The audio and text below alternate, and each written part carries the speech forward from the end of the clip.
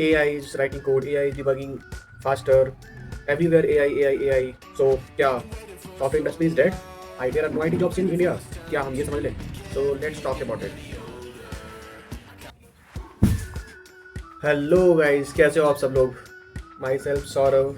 I have 2 years of experience working as a software developer, and currently I'm doing work from home. So yes, so the real question is, will AI take your job? क्योंकि market में बहुत सारे hypes अभी चल रहे हैं कि AI बहुत ज़्यादा पॉपुलर हो गया है. एवरीवेयर एआई, एआई, सभी काम एआई से हो रहे हैं.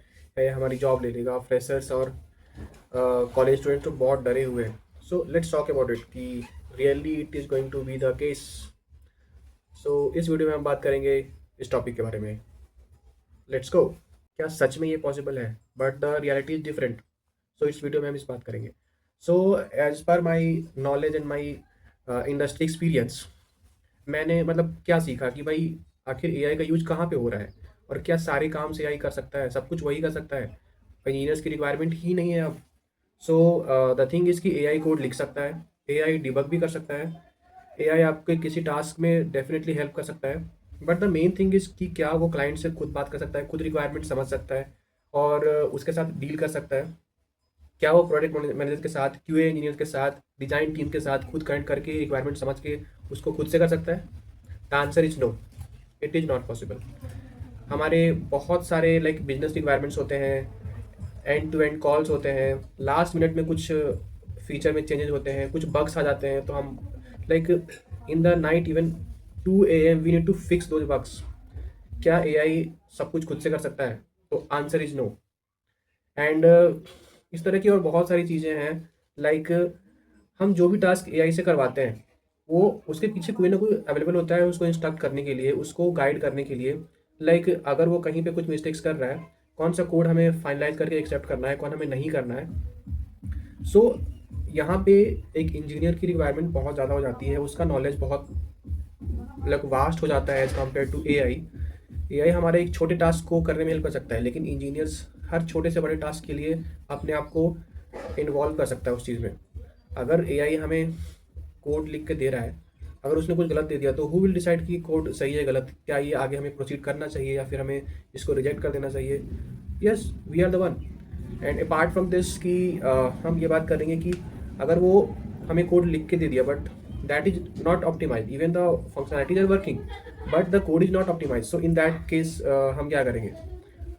वो फिर वहाँ पे एक सॉफ्टवेयर इंजीनियर की रिस्पॉन्सिबिलिटी आती है कि वो उससे ऑप्टिमाइज कोड या तो लिखवाए या खुद से उसको लिखे, ताकि हमारे जो प्रोडक्शन ग्रेड कोड्स हो वो स्केलेबल हो, मेंटेनेबल हो और बग्स फ्री हो. ऐसा ना हो कि भाई हमने कोड स्लो लिख दिए बट 2 महीने के बाद, 1 महीने के बाद, 10 दिन के बाद बग्स ही बग्स आ रहे हैं, तो उसका कुछ मतलब नहीं रह जाएगा. So that is the thing where the engineers have requirement. So yeah, this is the real world experience which I gained from working. So now the question is, who is actually at risk? किसे AI से डरने की ज़रूरत है और किसे ज़रूरत नहीं है? सी, अगर आप सीधा एआई से बस कॉपी पेस्ट करवा के कोड लिख रहे हो, आपको एंड टू एंड नॉलेज नहीं है, आपके फंडामेंटल्स क्लियर नहीं है, बेसिक स्किल्स आपके पास नहीं है, तो यहाँ पे आपको वर्क करने की ज़रूरत है, आपको इम्प्रूव करने की ज़रूरत है. सो अगर आपको पता नहीं है कि एआई ने कोड लिख के दिया तो उसने क्या लिख के दिया, आप बस उसको कॉपी पेस्ट कर रहे हो और आप उसको यूज कर रहे हो. अगर कल को कोई बग्स आता है तो हर बार आप ये नहीं कर सकते कि भाई एआई ही आपको फिक्स करके देगा. अगर एआई कुछ टास्क नहीं कर पाया, कहीं पे वो फेल हो गया, तो फिर आप क्या करोगे? तो देयर द थिंग कि आपका माइंडसेट, आपकी जो स्किल्स है वो काम आएगी. तो वहाँ पे आपको एआई काम नहीं आएगा. हमें अपने आप को अप स्किल करने की ज़रूरत है. अगर हम अप स्किल नहीं कर रहे हैं, अगर हम नए नए इन्वायरमेंट में अपने आप को इवॉल्व नहीं कर रहे हैं, अडेप्ट नहीं कर रहे हैं, then that is the case कि वहाँ पे जो नहीं करेगा उसके लिए रिस्क है, उसके लिए प्रॉब्लम्स है. Right.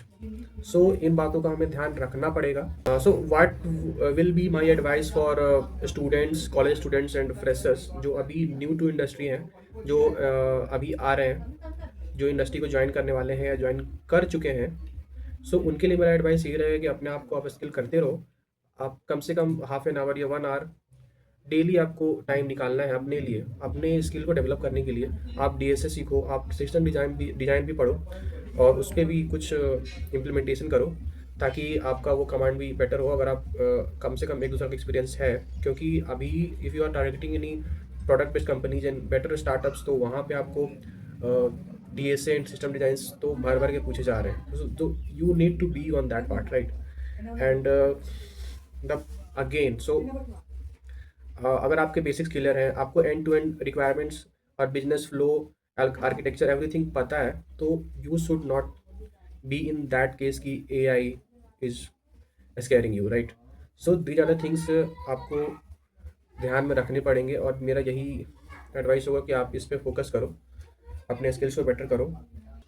Future belongs to the engineers who use AI, not the one who is scares with AI, right? So use AI. So what will be my final conclusion on this? Will AI take your job? So my answer is no. AI won't take your job, but you should be upskill yourself as much as possible. अपने नए नए अपने नए नए requirements जो हमारे आ रहे हैं उस पर फोकस करने की जरूरत है। And AI is not going to replace you, but the one who is using AI will definitely replace you.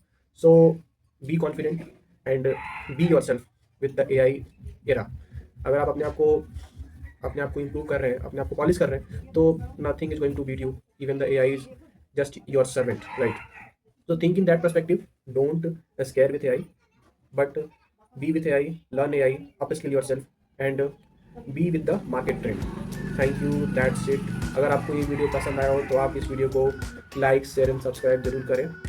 और ऐसे ही आगे वीडियोस को अगर आप देखना चाहते हो, या अगर आपको कोई ऐसा टॉपिक्स है जिसके बारे में आप चाहते हो कि मैं वीडियो बनाऊँ, तो definitely comment down below. Thank you. Have a nice day.